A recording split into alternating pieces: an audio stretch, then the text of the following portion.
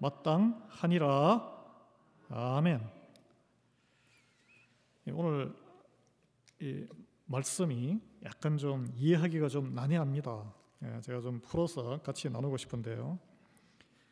여러분, 바울이 1절에서 1절 말씀을 보시면 이렇게 시작하죠.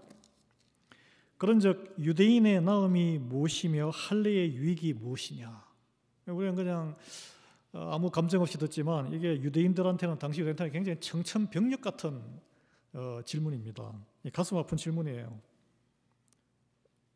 이게 무슨 말이냐 하면 오늘날 지금 하나님의 백성으로 우리가 세례받고 구원받은 백성 그리스도인이 되었는데 안 믿는 이들보다, 교회 안 다니는 사람보다 우리가 좀 더 그래도 괜찮은 나은 사람이라는 우리의 선입견에 도전하는 질문이에요. 이게 왜냐하면 하나님께서는 2장까지 말씀이 할례를 받았든 안 받았든 그 하나님한테 중요한 게 아니다. 요즘으로 치면 세례를 받았든 안 받았든 아주 이게 굉장히 파격적이고 위험한 발언일 수도 있지만 하나님 보시기에는 그렇게 중요한 게 아니라는 거예요.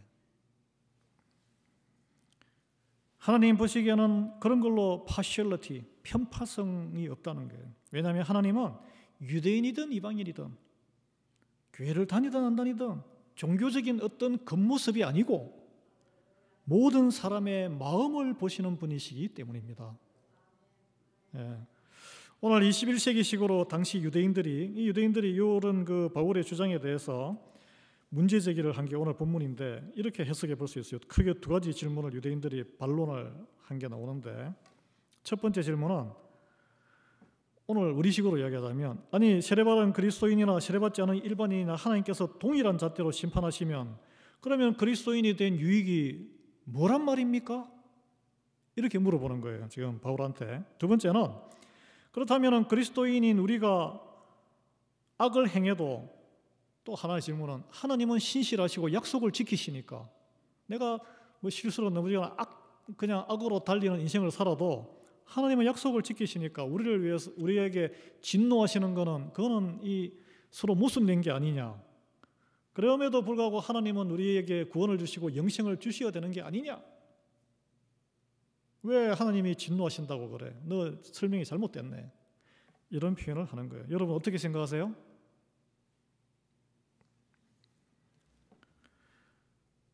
바울은 이런 질문을 하는 유대인에게 너희들이 할례를 받았는데 그 할례에는 유익함이 범사에 많다라는 설명을 하고 있습니다. 교회 다니시고 세례받고 믿는 것이 범사에 모든 일에 유익함이 많다는 거예요. 그런 설명으로 시작을 합니다.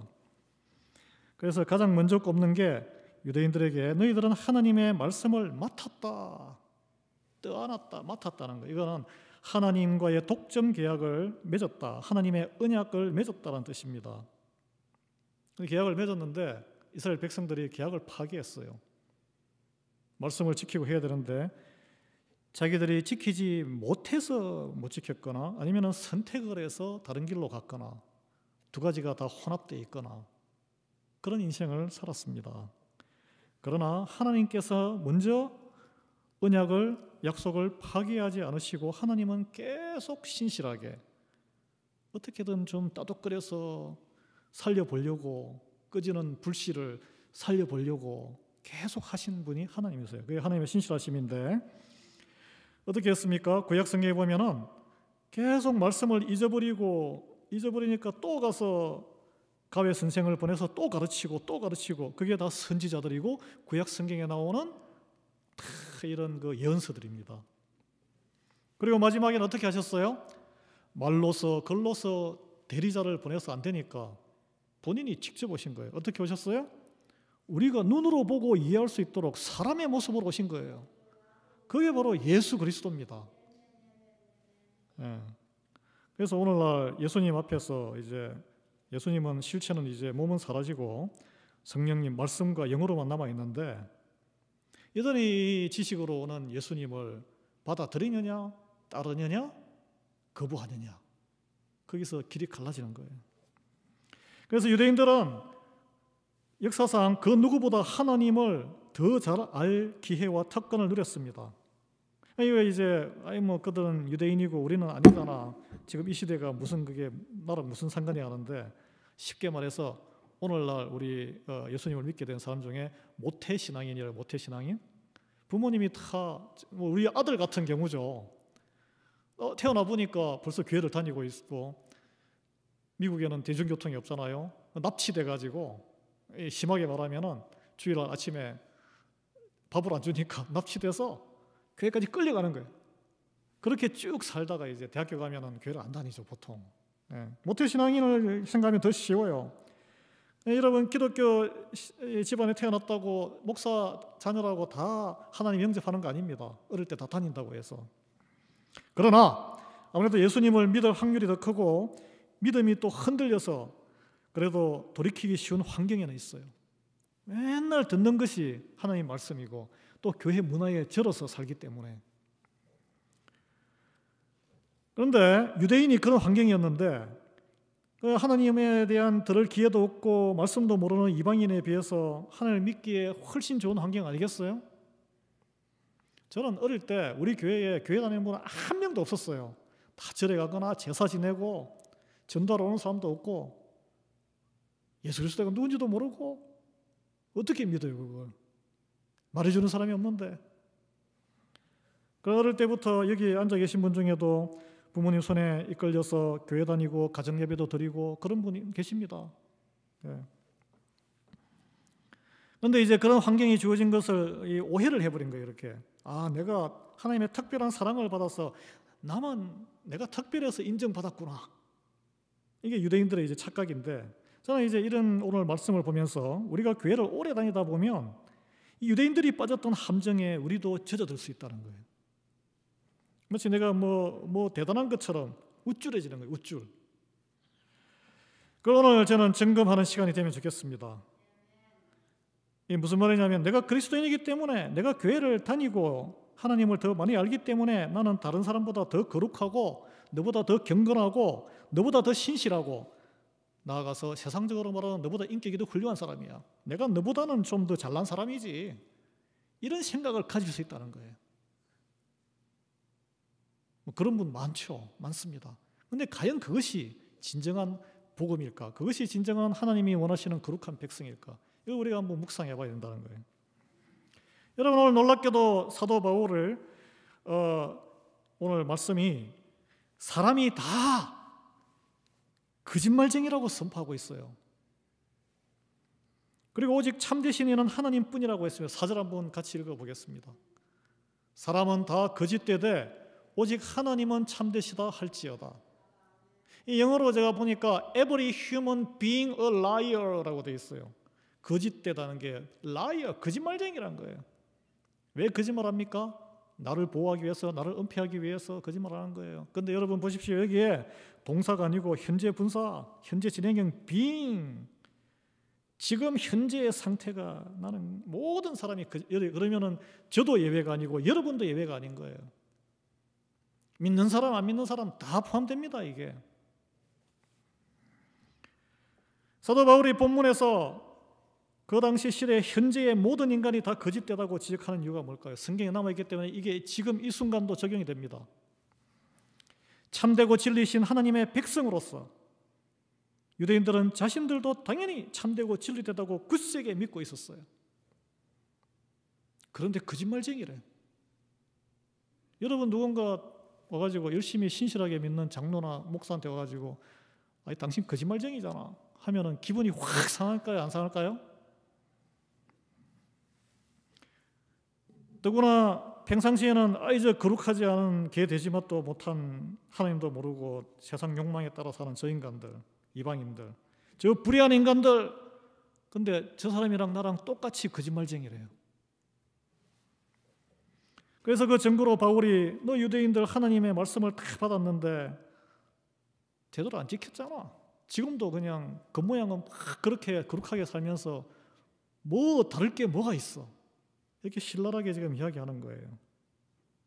하나님이 계속 실망하셨죠. 할례를 통해 하나님 백성으로 구별되었지만 유대인들은 본질상 할례 받지 않은 이방인과 크게 다를 바가 없다. 이 마음의 멘탈의 착각 속에 그렇게 살아간다는 거예요.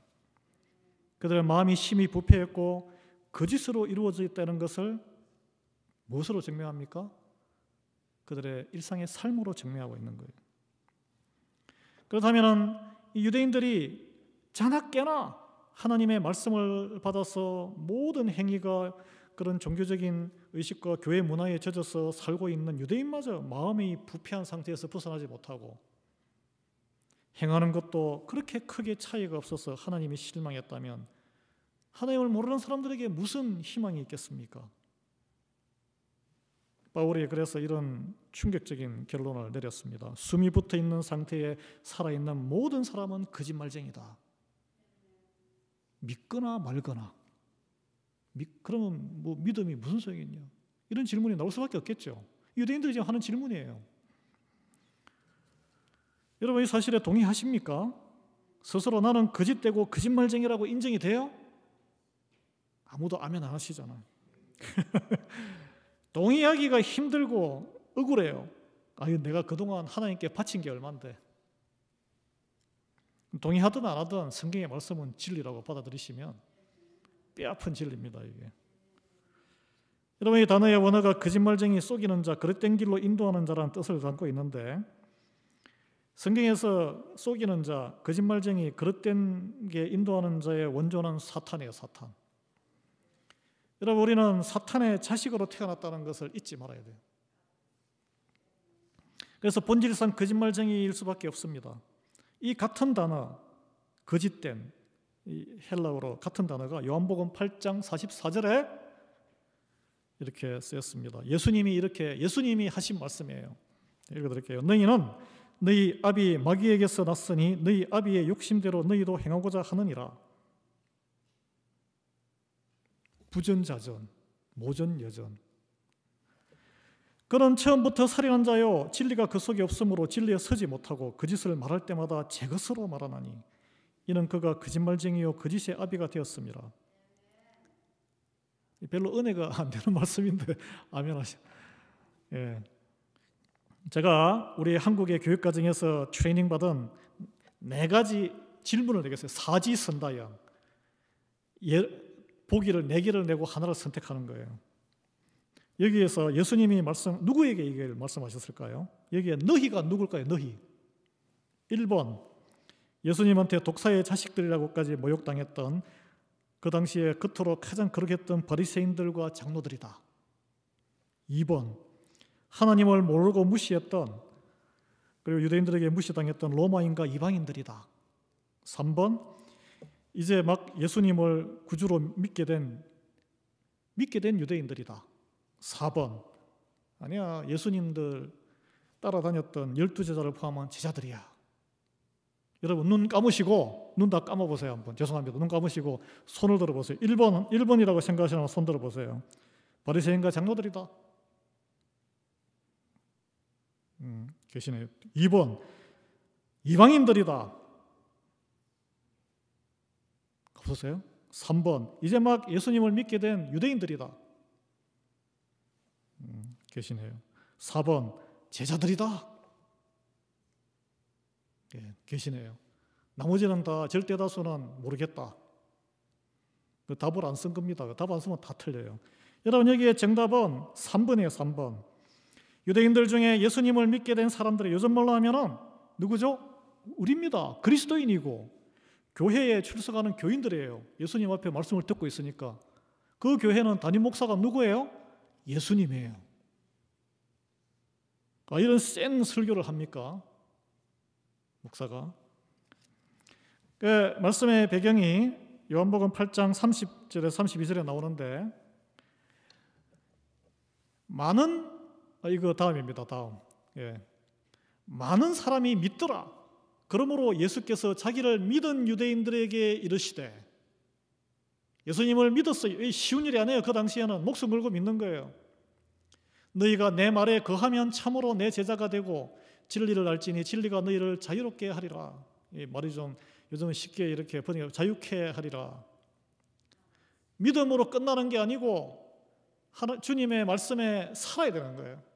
그럴 때 제자가 되어서 진리를 알게 된다는 거예요. 몸으로 체득하게 되고 그때서야 자유를 누린다는 거예요. 어디에서 자유를 누립니까?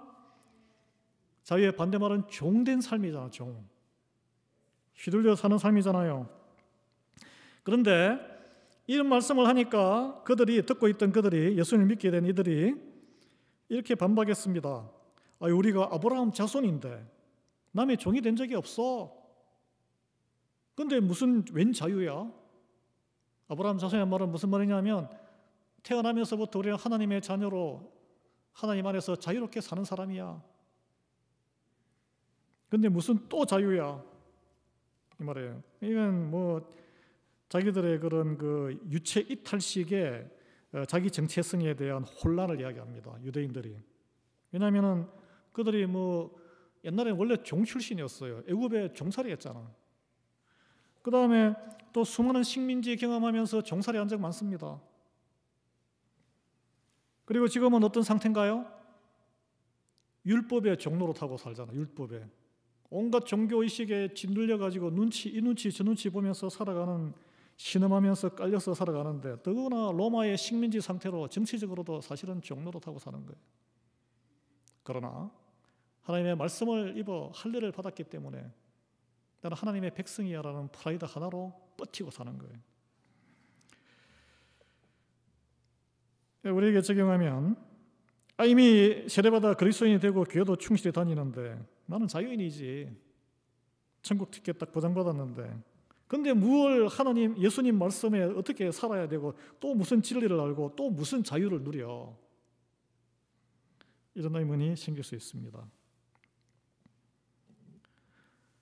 여러분, 왜 이런 현상이 유대인들에게 일어났을까요? 태어나면서부터 내 믿음과는 상관없이 하나님의 자녀가 되었고 하나님의 말씀으로 교육을 받았고 교회 문화 속에서 성장을 했습니다. 그러다 보니까 나의 진실된 본 모습을 볼 수가 없게 된 거예요. 나의 진실된 본 모습이 죄인이고 죄성에 노출되어 있다는 것을 까마득하게 잊어버리고 살아가는 거예요. 오늘 모태신앙의 이런 좀 안타까운 모습과 비슷한데 제가 모태신앙인을 폄하하는 거 아닙니다. 훌륭한 분 많습니다. 그렇다면 저처럼 하나님 모르다가 나이 들어서 뜨겁게 회개의 눈물을 흘리고 예수님 영접한 분도 대부분 그런 분이시잖아요. 속으로는 또 그런 생각이 있을 수 있어요. 저 미적지근한 모태신앙인들 성실은 한데 뭘 알아? 뜨거운 성령의 그 은혜를 어떻게 알겠어? 이런 생각을 가지고 있을 수 있다는 거예요. 그리고 또 교회를 오래 다니고 이민생활 나는 30년 했는데 가다 가지고 뭘 알겠어? 우리 교회가 내가 오래 다녔는데 내가 더 많이 헌금하고 더 봉사하는데 성경 말씀은 당신보다 내가 좀 더 알지. 내 앞에서 주름 잡지 마. 나도 부족하지만 그래도 당신보다는 내가 더 그래서 거룩하고 하나님한테 가까이 경건한 거 아니야? 이런 생각을 가지고 있을 수 있다는 거예요. 그런데 중요한 거는 우리가 살아가는 실제 모습이란 거예요. 실제 모습을 바라보면 무슨 본질적으로 큰 차이가 있습니까? 조금 정도의 차이는 있겠죠. 그러나 성경에 나오는 그 수많은 피할 수 없는 지도처럼 이런저런 지 앞에서 우리가 다 이리저리 넘어지고 실수하고 겨우 작은 믿음을 붙들고 하나님의 은혜로 버티고 축복 가운데 오늘도 무사히 살아가는 거예요. 우리 모습입니다. 그래서 우리가 주일 예배 와서 오늘도 했지만 회개 기도하고 하나님의 백성이라는 또 천국행 보장받았다는 그 안도감 안주하면서 또 살아가는 거 아니겠습니까? 그럼 어떻게 합니까? 예배 끝나면 저도 예배가 아닙니다. 제 이야기하는 거예요. 집에 가면은 몸이 좀 피곤하거나 안 좋으면은 사소한 일에도 그냥 분이 나기도 하고 원망 불평 참지 못하고 가족과 교회에게 스트레스 쏟아내고 또 하나님 보시기에 민망하게 씩씩거리는 저희의 모습이 과연 없습니까? 이 구약 성경의 말씀을 보면 이스라엘 백성들이 이런 모습을 드러내고 살았다는 거예요. 거룩하지 않은 모습. 예를 들어서 애굽을 나온 후에 광야에서 고기가 없잖아요. 뭐라 그랬습니까? 이거 우리가 종살이 할 때 가마솥에서 고기 구울 때 슬쩍슬쩍 좀 먹지 않았겠어요? 찝어서 우리가 부엌에 요리할 때 한 번씩 맛보듯이. 아이고 그때 고기가 거기 있으면 그 고기라도 먹는데 모세 너 때문에 고기도 못 먹고 이게 뭐야? 하나님은 무슨 하나님? 우리 죽이려고 데려왔지. 신세 한탄하고. 이런 그 상황이 힘들면은 참지 못하고 하나님께 불평을 쏟아냈던 출애굽 백성의 모습, 과연 저와 여러분에게 낯선 모습인가? 이런 것을 한번 생각합니다. 그래서 오늘 유대인은 하나님을 모르는 너희들, 안 믿는 너랑은 내가 본질적으로 다르지, 스스로 더 나은 사람이라고 생각하고, 또 한편으로는 어떻게 했냐면 보니까 나보다 더 잘 풀리고 잘 사는 것 같아. 너무 부러운 거예요. 그러니까 아이고 내가 믿어서 내한테 유익한 게 뭐가 있지? 이런 의심이 계속 드는 거예요. 여러분, 이게 하나님 먼저 믿었던 이런 이스라엘 백성들에게 보편적인 현상이었습니다. 오늘날 우리가 과연 이런 이스라엘 백성들과 다른 신앙생활을 하고 있는가? 바울의 책망을 듣는 이 이스라엘 백성들과 나는 무엇이 다른가? 한번 생각을 하게 됩니다. 그런데 이제 이렇게 막 지적을 당하니까 유대인들이 바울에게 이런 이야기를 해요. 아니 그러면 하나님의 말씀을 받고 우리가 이렇게 제대로 살지 못해서 그럼에도 하나님이 신실하게 우리를 인도하시고 복 주시고 계속 기회를 주시고 하나님이 얼마나 위대하신 분인지가 드러나지 않았느냐. 이 말씀이 우리의 불의가 하나님의 의를 드러낸다면 하나님이 우리의 불의에 대해 진노하시고 심판하시는 것이 정의롭고 공정하다고 할 수 있는가? 우리로 내가 잘못해가지고 그러니까 악으로 선을 드러냈기 때문에 우리는 도리어 칭찬받아야 되는 거 아니냐? 이런 황당한 질문이 들어오는데 7절입니다. 그러나 나의 거짓말로 하나님의 참되심이 더 풍성해서 그의 영광이 되었다면 어찌 내가 죄인처럼 심판을 받으리요? 내가 한번 할례를 받았으면 이래도 좋고 저래도 좋고 나는 심판의 대상에서 제외된다. 왜? 하나님은 의롭기 때문에. 이런 주장을 펼치는 거예요.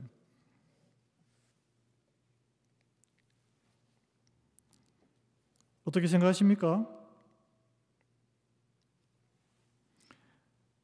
이 앞장의 2장에 할례 받지 않은 이방인들도 그 마음과 그리고 말씀에 대한 그들의 태도와 행실에 따라 하나님의 칭찬이 있을 것이다 라는 바울의 주장을 듣고 속이 확 뒤집히고 꼬여버린 거예요. 그래서 그 유대인들이 바울의 말을 비꼬아서 반박했습니다. 선을 이루기 위해서 악을 행하자는 거냐?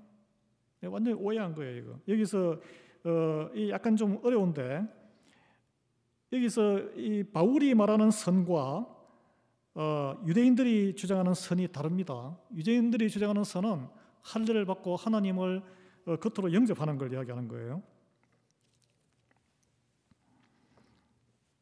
할례 받으면 하나님의 백성이라는 하나님의 약속을 철석같이 믿었지만 살아가는 여러 가지 행실은 자기 생각대로 자유함을 누리고 살았던 거예요. 왜 이런 현상이 나타나냐 하면 성령의 은혜를 받지 못하면 믿음은 눈에 보이는 표면적인 형식으로 판단할 수밖에 없습니다. 하나님의 진정한 뜻과 의도와 마음을 놓칠 수가 있는 거예요. 오늘날 말씀을 들어도 오늘 제가 약간 이 말씀 본문이 워낙 어렵기 때문에 저의 재주가 미천해서 쉽게 풀어서 설명을 못 드리는데 오늘 말씀도 엉뚱하게 여러분 설교자의 말씀을 매주마다 듣는데 듣는 분들마다 자기 주관적으로 해석하는 경우가 많습니다. 많아요. 그런데 한번 제가 예를 들겠습니다. 여러분 잉어 있잖아요. 잉어. 붕어라고 합시다. 붕어. 지난주에도 제가 예를 들었는데 붕어 요리를 주문했어요. 어떤 사람이. 그런데 딱 요리사가 딱 가져오는데 붕어 모양을 한 붕어빵을 가져오는 거하고 딱 모양은 붕어예요. 붕어. 그런데 이게 모양은 이게 찹찹찹해서 곤죽처럼 마치 두부처럼 이렇게 익게 가져왔는데 그걸 붕어찜을 가져왔어요. 붕어 모양은 다 없어졌어요. 그 어느 게 붕어 요리일까요?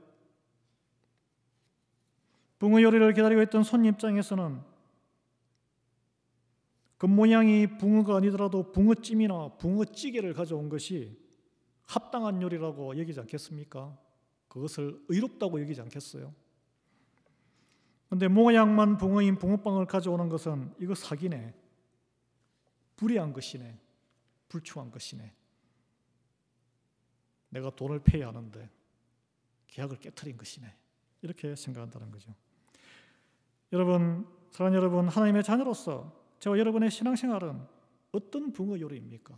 붕어빵입니까? 아니면 붕어 모양은 없어졌지만 붕어 영양소가 있는 붕어찜이나 찌개입니까? 여러분, 어떤 것을 선호하십니까? 하나님은 겉모양만 번지르는 것을 불의하다고 하셨습니다. 그리고 불의에 대해서는 반드시 심판하시는 심판주라고 성경은 말하고 있습니다. 그래서 하나님의 일방적인 은혜로 특혜가 주어져서 하나님의 백성이 되었을지라도 그게 자유, 무엇이든지 행할 수 있는 자유의 티켓은 아니란 거예요. 불순종과 불의함으로 죄인의 길에서 돌이키지 않을 때에는 결국 심판의 길로 떨어진다는 거예요. 그래서 여러분, 성경의 모든 이야기는 결국은 하나님께 돌이켜 돌아오라는 이야기입니다. 그래서 우리가 그 두 아들의 돌아온 탕자 이야기가 성경의 그 대표하는 이야기예요. 이게 돌아오는 거예요. 돌아오는 거. 그런데 선민 사상에 쩔어있던 이스라엘 백성이든지 거룩한 백성이라고 스스로 생각하는 교회를 다니는 우리 가운데 그 누구도 예외가 아니라는 거죠. 하나님의 특별한 은혜를 입어서 백성이 되었지만 삶 속에서 하나 둘씩 하나님을 거부한 것이 이스라엘 백성의 잘못, 우리의 잘못이지 하나님이 선하심이 부족해서가 아니라는 거예요. 하나님의 백성일지라도 불의한 삶의 결국은 나중에 우리가 죽든지 살아있든지 성경은 말씀하고 있습니다. 최후의 심판으로 연결된다. 최후의 심판의 심판자로 서는 것이 바로 하나님의 의가 드러나는 거예요. 그렇다면 바울이 말했듯이 본질적으로 거짓되고 불의한 우리가 어떻게 이 딜레마를 극복할 수 있습니까? 거짓을 이길 수 있는 것은 참과 진리의 능력밖에 없는 거예요.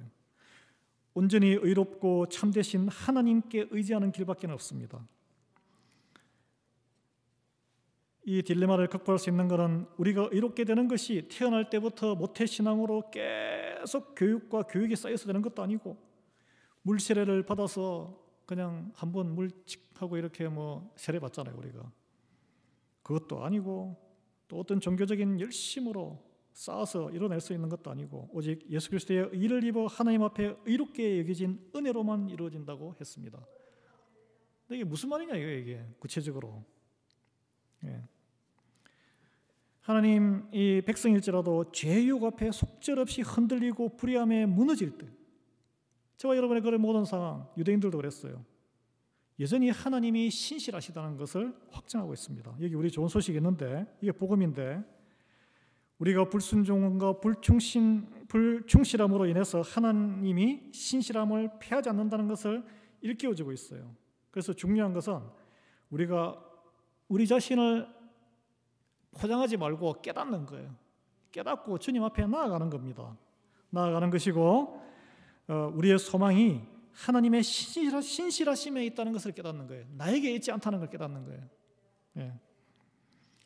그래서 하나님께서 우리의 이 죄성을 다 하시고 해결책을 다 마련해 주시고 그리스도를 보내서 십자가에 그 죄의 짐을 다 대신 지게 하셨습니다. 예수님께서 무겁고 공고한 짐을 짐진 자들 다 나에게로 오라 그랬잖아요. 그런데 나는 짐이 없어. 룰루랄라? 내가 무슨 죄로 인해서 내 인생이 무슨 힘든 게 있고 나는 의인인데 예수님에게 갈 필요가 없는 거죠. 예수님한테 갈 필요가 없으면 구원의 길에서 멀어집니다.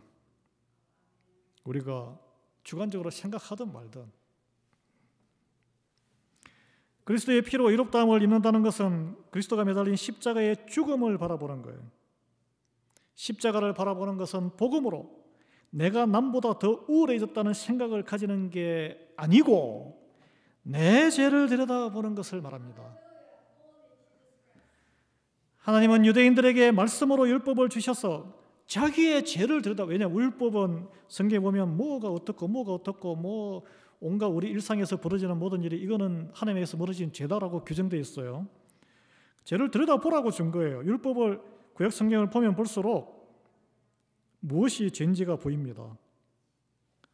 그래서 하나님 앞에 나와서 거룩한 백성이 되고 변화받는 삶을 살으려고 그랬는데, 그리고 이방에 전하라 그랬는데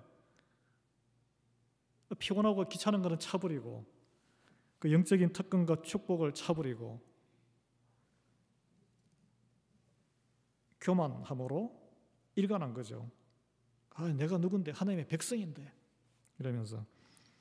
영적인 교만은 눈과 귀를 막아버립니다.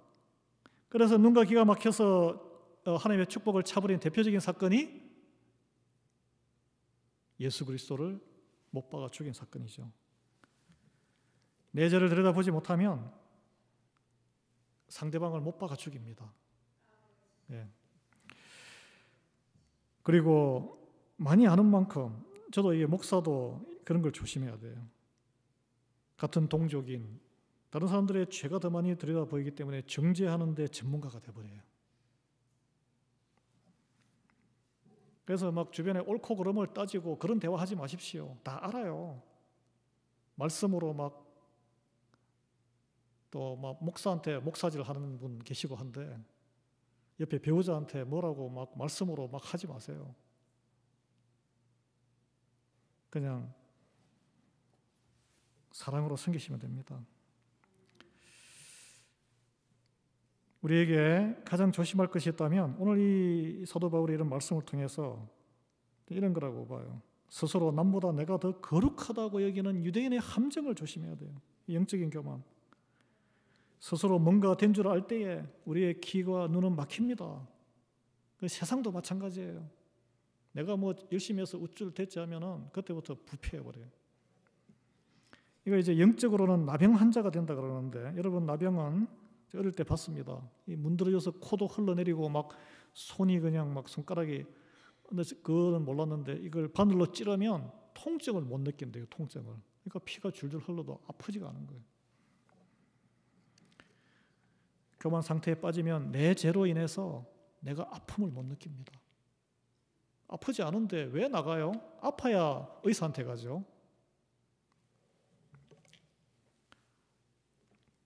말씀을 읽어도 내 죄가 안 보이게 되고 회개하지 못하고, 그럼에도 불구하고 종교생활 열심히 하고 남들의 믿음 계속 보이고 비교하고 판단하다가 실족하게 되죠. 그런 이 유대인의 패턴을 끊어야 된다는 거예요. 여러분, 신앙의 기준은 종교적인 열심이 아니고 하나님 앞에서 자기 죄를 보는가 못 보는가에 달려 있다는 거예요. 이게 핵심이에요, 핵심. 그래서 다른 세상의 조직, 교회보다 훌륭한 조직 많습니다. 교회는 많은 문제 있는 분들이 오는 병원이에요, 병원. 우리 다 영적인 환자예요.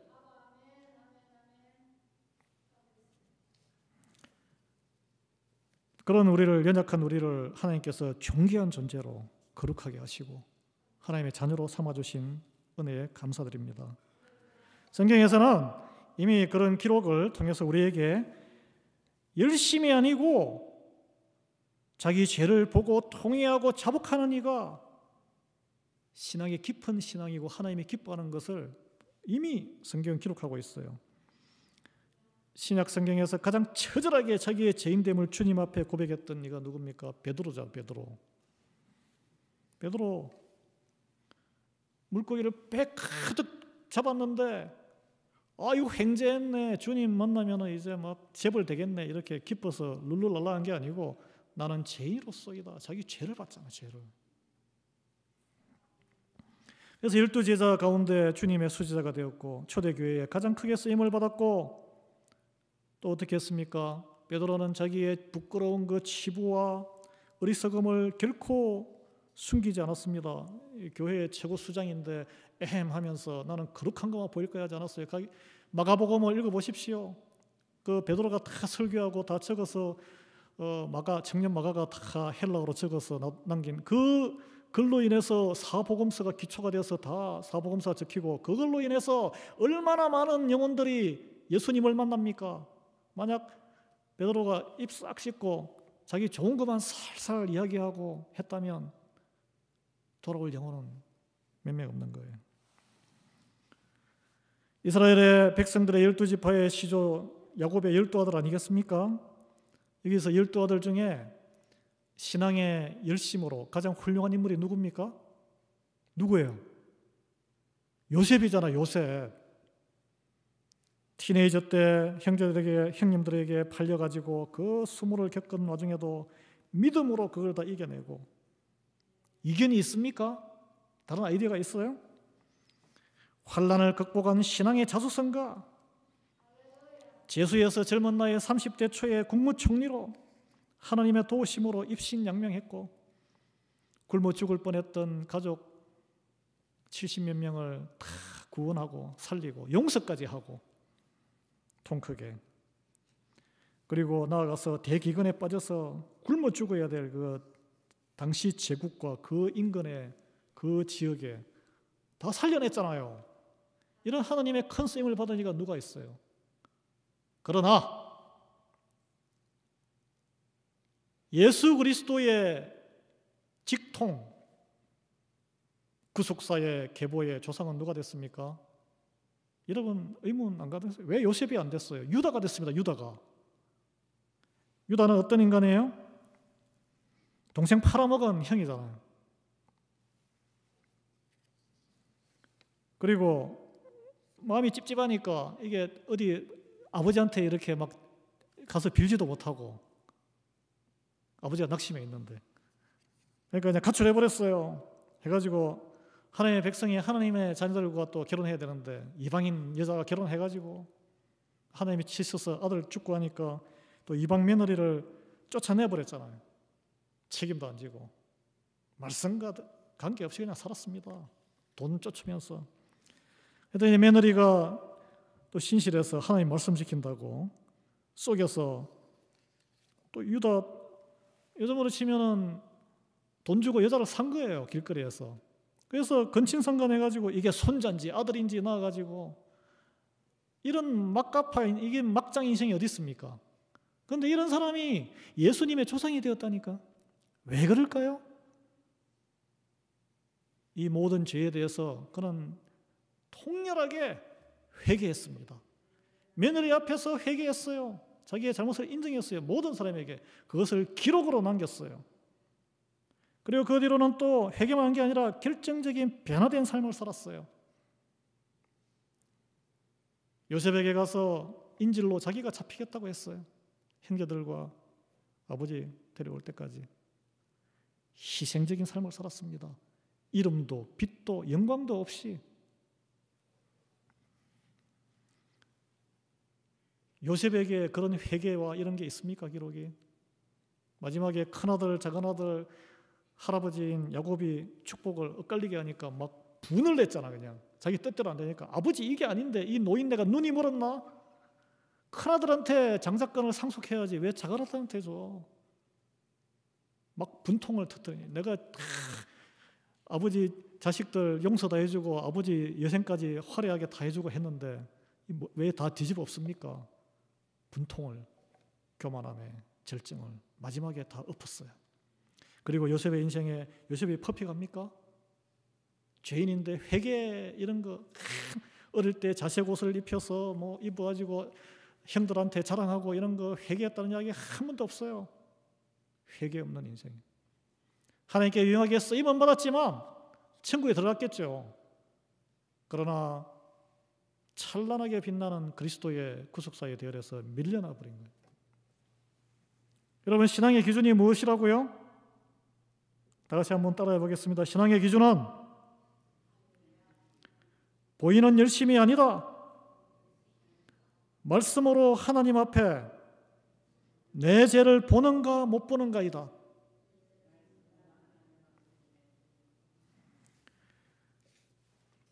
관련해서 현대의 성경으로 고린도후서 3장 4절 6절 말씀을 인용하며 말씀을 마치겠습니다. 읽어드리겠습니다. 우리는 이와 같은 확신을 그리스도를 통해 하나님 앞에서 갖게 된 것입니다. 우리는 무슨 일이나 우리 자신이 하는 것처럼 생각할 자격이 없습니다. 그런 능력은 하나님께서 주시는 것입니다.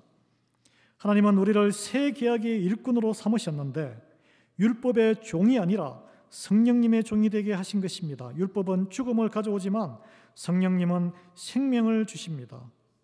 아멘. 여기 율법 대신에 종교적인 열심을 넣으시면 되고 성령님 대신에 우리의 죄를 성령님이 다 건드리시고 다 흘려보내는 말씀으로 매일 말씀으로 내 죄를 바라보는 훈련에 열심을 내서 성령님이 주시는 새 생명으로 이번 한 주도 기쁨과 감사로 살아가는 저와 여러분이 되기를 바랍니다. 찬송 323장 통일